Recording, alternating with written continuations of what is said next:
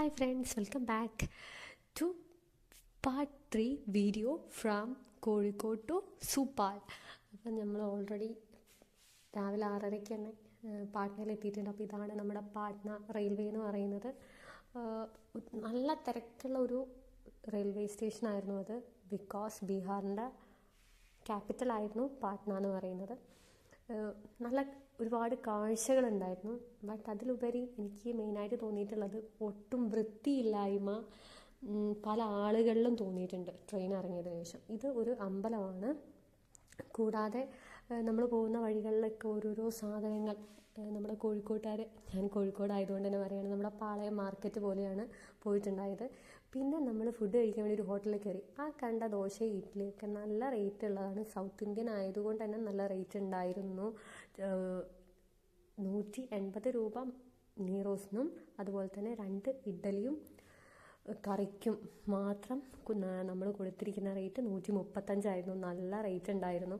പക്ഷെ വിശന്ന് നാറിയപ്പം ഒന്നും നോക്കിയില്ല. വേറെ ഫുഡൊന്നും കഴിക്കാൻ അത്ര അതിരാവിലെ നമ്മളെപ്പോലെ നേരത്തെ ഉറങ്ങി നിൽക്കുന്ന ടീമൊന്നും ഈ ഒരു പാട്നയിൽ ഉണ്ടായിരുന്നില്ല എന്നുള്ളതാണ്. പിന്നെ ഞങ്ങൾ കയറിയ ഒരു സ്ഥലമാണ് ഇവിടുത്തെ ഒരു മ്യൂസിയം, ബുദ്ധിസ്റ്റ് പാർക്ക് എന്ന് പറയുന്ന ഒരു സ്ഥലത്തേക്കാണ് കയറിയിട്ടുള്ളത്. ഞാനും വല്ലച്ചനും പിന്നെ കൂടെ വന്നിട്ടുള്ള കൃഷ്ണയുമാണ്.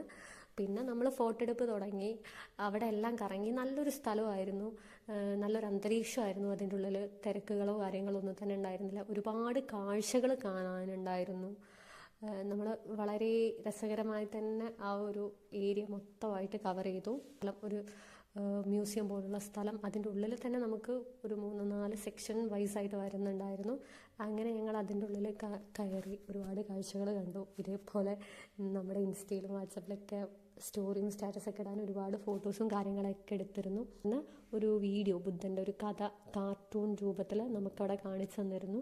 ഇത് നല്ല വെയിലായിരുന്നു. പക്ഷെ ആ വെയിൽ കിട്ടുമ്പോൾ നല്ലൊരു സുഖമായിരുന്നു. കാരണം ഈ വരുന്ന ട്രെയിനിലൊക്കെ ഞങ്ങൾ എന്തുകൊണ്ടാണ് ഈ കറങ്ങിയതെന്ന് ചോദിച്ചു കഴിഞ്ഞാൽ, ഞങ്ങൾക്കിനി ഈ പാട്നയിൽ നിന്ന് സൂപ്പാളിലേക്ക് 2 മണിക്കാണ് ട്രെയിൻ. അപ്പോൾ അതുവരെ ഞങ്ങൾ എന്ത് ചെയ്യും എന്നുള്ള ചോദ്യത്തിന് ഉത്തരവാണ് ഇവിടെ ഇരുന്ന് കറങ്ങാന്നുള്ളത്. കാരണം ട്രെയിനിൽ ഓൾറെഡി 2 ടയർ AC കമ്പാർട്ട്മെൻ്റ് ആണെങ്കിൽ പോലും ആ ഒരു AC കമ്പാർട്ട്മെൻറ്റിൽ നിന്ന് നമ്മൾ ബ്രഷ് ചെയ്യാൻ വേണ്ടി പുറത്തേക്ക് ഇറങ്ങുന്ന ടൈമിൽ AC-നേക്കാൾ കൂടുതൽ, ട്രെയിനുള്ളതിനേക്കാൾ കൂടുതൽ തണുപ്പായിരുന്നു പുറത്തു നിന്ന് വന്നിട്ടുള്ളത്. അപ്പോൾ ഈ ഒരു വെയിൽ ശരിക്കും പറഞ്ഞാൽ ഞങ്ങൾക്ക് 3 പേർക്കും വളരെയധികം ഒരു ആശ്വാസം തന്നെയായിരുന്നു. അതിൻ്റെ ഒരുപാട് കഥകൾ അവിടെ എഴുതിയിട്ടുണ്ടായിരുന്നല്ലോ. സീരിയസ്ലി ഇവർ പറയുന്നത് നോക്കുമ്പം ബീഹാർ ഈ ഒരു സ്ഥലത്ത് നിന്നാണ് ബുദ്ധൻ്റെ എൻഡിങ് വരുന്നത് എന്നാണ് പറയുന്നത്. ബട്ട് അത് മറ്റുള്ള സ്ഥലങ്ങളിൽ അവർ സമ്മതിച്ചു തരുമെന്ന് എനിക്കറിയില്ല. ഇവിടെ കണ്ട കഥയിലും അവർ പറഞ്ഞ കഥയിലും അവിടെ എഴുതി വെച്ച ഓരോ കാര്യങ്ങളിലും അങ്ങനെയാണ് ഞാൻ മനസ്സിലാക്കിയെടുത്തിട്ടുള്ളത്. അത് മാത്രമേ ഉള്ളൂ കേട്ടോ. നമ്മൾ ജസ്റ്റ് ആ മരത്തിൻ്റെ തണലിൽ പോയി കഴിഞ്ഞാൽ നമുക്കൊരിക്കലും അത്തരത്തിലുള്ള ആ ഒരു ചൂട് കിട്ടില്ല.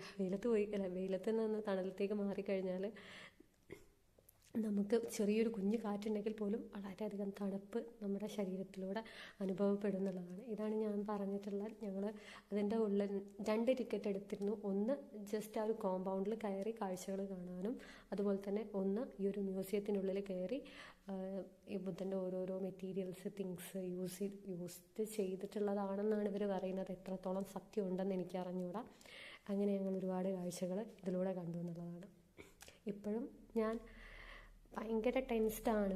ഇതൊക്കെ കാഴ്ചകൾ കാണുന്നുണ്ടെങ്കിലൊക്കെ ഭയങ്കര ടെൻസ്ഡാണ്. കാരണം ഞാൻ വന്നതൊരിക്കലും എല്ലാവരുടെയും പൂർണ്ണ സമ്മതത്താലല്ല ഞാൻ ഈ ഒരു യാത്രയ്ക്ക് ഇറങ്ങി പുറപ്പെട്ടിട്ടുള്ളത്.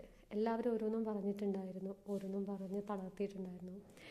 ഞാൻ എത്രത്തോളം ഈ ഒരു സൂപ്പാളിലെത്തിയിട്ട് സാറ്റിസ്ഫൈ ആവുമെന്ന് എനിക്കറിയില്ല. ഞാൻ ഓക്കെ ആണോ, ഈ ഒരു ജോബിന് ഞാൻ ഓക്കെ ആണോ എന്ന് എനിക്കറിയില്ല. ഇവിടെ എത്തിക്കഴിഞ്ഞാൽ ഇവിടെയുള്ള കൾച്ചർ, ഇവിടെയുള്ള വെതർ, ഇതൊക്കെ എനിക്ക് അനുകൂലമായി വരുമോ എന്നെനിക്കറിയില്ല. ഞാനിനി ഇവിടെ വന്നിട്ട് തിരിച്ചു പോകേണ്ടി വരുമോ, അങ്ങനെ പല ഡൗട്ടുകളും. അതിൻ്റെ ഉപരി എനിക്ക് എൻ്റെ പ്ലേസ്, എനിക്ക് ഏറ്റവും കൂടുതൽ എൻ്റേതെന്ന് പറയാൻ പറ്റുന്ന എൻ്റെ അച്ഛനെയും അമ്മയെയും ആ വീടും വിട്ടിറങ്ങി വന്നതാണ്. അങ്ങനെ എല്ലാവരുടെയും അവിടെ നിന്നൊക്കെ നമ്മുടെ വീട്ടിൽ നിന്നാണെങ്കിൽ പോലും പറഞ്ഞിട്ടുള്ളത് ബീഹാറാണ്, പോയി കഴിഞ്ഞാൽ അവിടെ നിനക്ക് പറ്റത്തില്ല എന്നൊക്കെയാണ് പലരും പല രീതിയിലും പറഞ്ഞിട്ടുള്ളത്. അപ്പം ഭയങ്കര ടെൻസ്ഡാണ്. നമ്മൾ ഫോട്ടോ എടുക്കുന്നുണ്ടെങ്കിലും വീഡിയോസ് എടുക്കുന്നുണ്ടെങ്കിലൊക്കെ ഉള്ളിൻ്റെ ഉള്ളിൽ ആ ഒരു ടെൻഷനാണ്. അയ്യോ അയ്യോ, കാരണം നമ്മൾ ആരെങ്കിലും ഒരാളെ നെഗറ്റീവ് പറഞ്ഞു കഴിഞ്ഞാൽ എത്രത്തോളം ആളുകൾ നമ്മുടെ സപ്പോർട്ട് ചെയ്യാനുണ്ടെങ്കിൽ പോലും നമ്മുടെ മനസ്സിലേക്ക് ചിന്ത എന്ന് പറയുന്നത് ആ നെഗറ്റീവ് അവരുടെ മുന്നിൽ അവർ പറഞ്ഞതുപോലെ ആകുമെന്നുള്ള. ബട്ട് ഇപ്പം ഞാൻ ഈ ഒരു 1.5-2 മാസത്തിന് ശേഷം പിന്നെയും വീഡിയോ ഇടാൻ സ്റ്റാർട്ട് ചെയ്തിട്ടുണ്ടെങ്കിൽ ഞാൻ ഇന്ന് നിൽക്കുന്നത് സൂപ്പാളിലാണ്. ഞാനിപ്പോൾ ഇവിടെ സാറ്റിസ്ഫൈ ആണ്. എനിക്കിവിടെയുള്ള ആളുകൾ, ഇവിടെയുള്ള ഈ ഒരു ജോബ്, ടീച്ചർ എന്ന് പറയുന്ന ഈ ഒരു ജോബ് ഞാൻ സാറ്റിസ്ഫൈ ആണ്.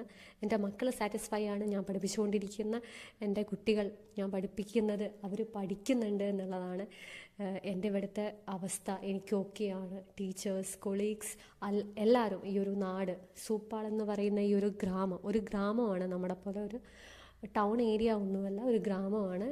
ചുറ്റുപാട് ഈ ഒരു സ്കൂളിൻ്റെ ചുറ്റുപാടും വയലുകളും കാര്യങ്ങളാണ്. അപ്പോൾ ഈ സ്കൂളിനെ കുറിച്ച് ഞാൻ എന്തായാലും അടുത്തൊരു വീഡിയോയിൽ ഞാൻ പറയുന്നതാണ്. അപ്പം എനിക്ക് എല്ലാം ഓക്കെ ആണെന്ന് അറിഞ്ഞതിന് ശേഷം മാത്രമാണ് ഇങ്ങനെ ഒരു വീഡിയോ ഇടാൻ റീസ്റ്റാർട്ട് ചെയ്തത്.